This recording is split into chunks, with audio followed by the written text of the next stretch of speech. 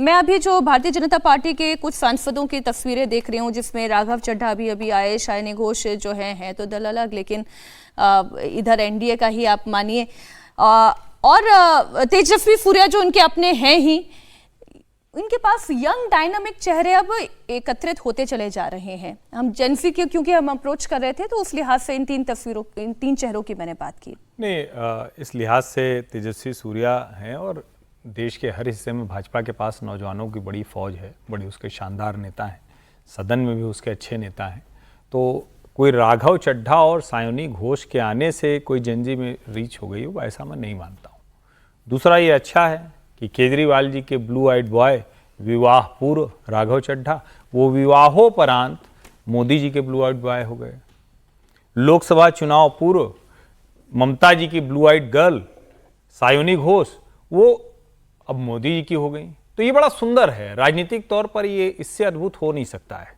और जहां तक रही मुद्दे उठाने की बात, तो ठीक है, राघव मुद्दे उठा रहे थे, वो कहते हैं कि उसी वजह से उनको हटाया गया, लेकिन अब अपनी ऊर्जा का उपयोग वो करेंगे। और जैसे लक्षण दिख रहे हैं, तो जब कोई बाहर से आता है तो ज़्यादा अच्छे से दिखता है, तुरंत आया होता है तो बढ़िया दिखता है ना, तो उनकी भूमिका भी बेहतर हो सकती है, बड़ी हो सकती है। लेकिन कुल मिलाकर मैं ये बात नहीं मानता हूं कि इनके आने से कोई जेनजी में रीच हो जाएगी। इतनी रीच होती तो अपनी पार्टी को ना बढ़िया बना के आए होते। ये भी तो सवाल है ना। बिल्कुल। बात महाराष्ट्र की भी हो जाए। गृह मंत्री अमित शाह इस वक्त महाराष्ट्र में हैं और माना यह जा रहा है कि उनकी एकनाथ शिंदे से मुलाकात हो सकती है। कल एकनाथ शिंदे ने प्रधानमंत्री मोदी से भी मुलाकात की थी।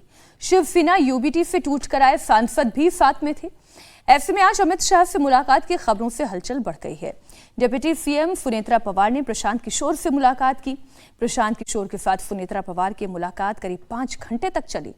कल सुनेत्रा पवार की पार्टी एनसीपी के सांसदों ने मोदी से मुलाकात की थी और इसके ठीक बाद पीके के साथ सुनेत्रा की मुलाकात से बीजेपी आला कमान के कान खड़े हो गए। खबर यह है कि बीजेपी की टॉप लीडरशिप इस मीटिंग से खुश नहीं है। बहुत सारी मुलाकात एक के बाद एक हो रही है। इन मुलाकातों के पीछे की कहानी क्या है, ये समीर जी आप बताएंगे।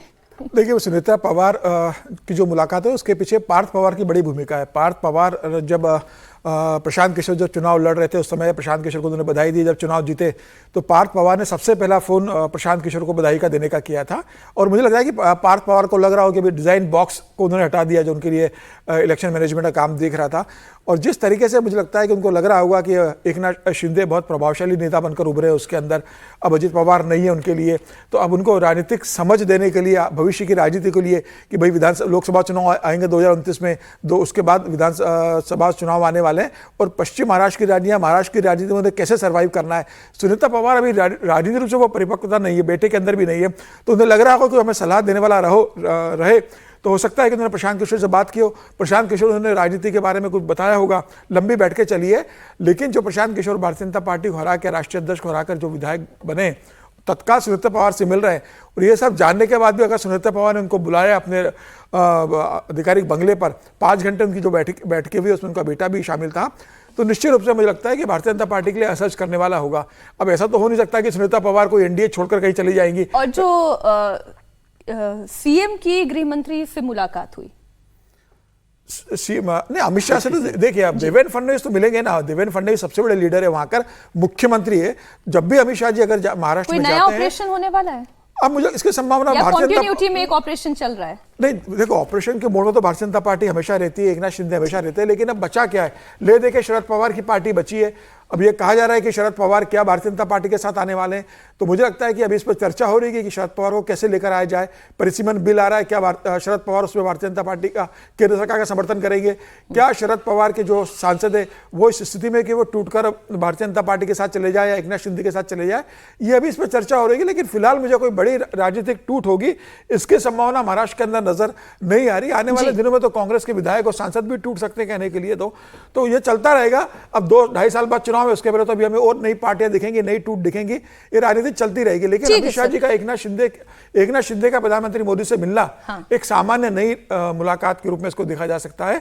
निश्चित रूप से महाराष्ट्र की राजनीति में कोई बड़ा परिवर्तन दिखेगा। अब इसको इस रूप में समझ देखिए, कोई नेतृत्व परिवर्तन होगा। ये हो सकता है कि कैबिनेट में कोई परिवर्तन होने वाला हो, कुछ नए मंत्री बनने वाले हो।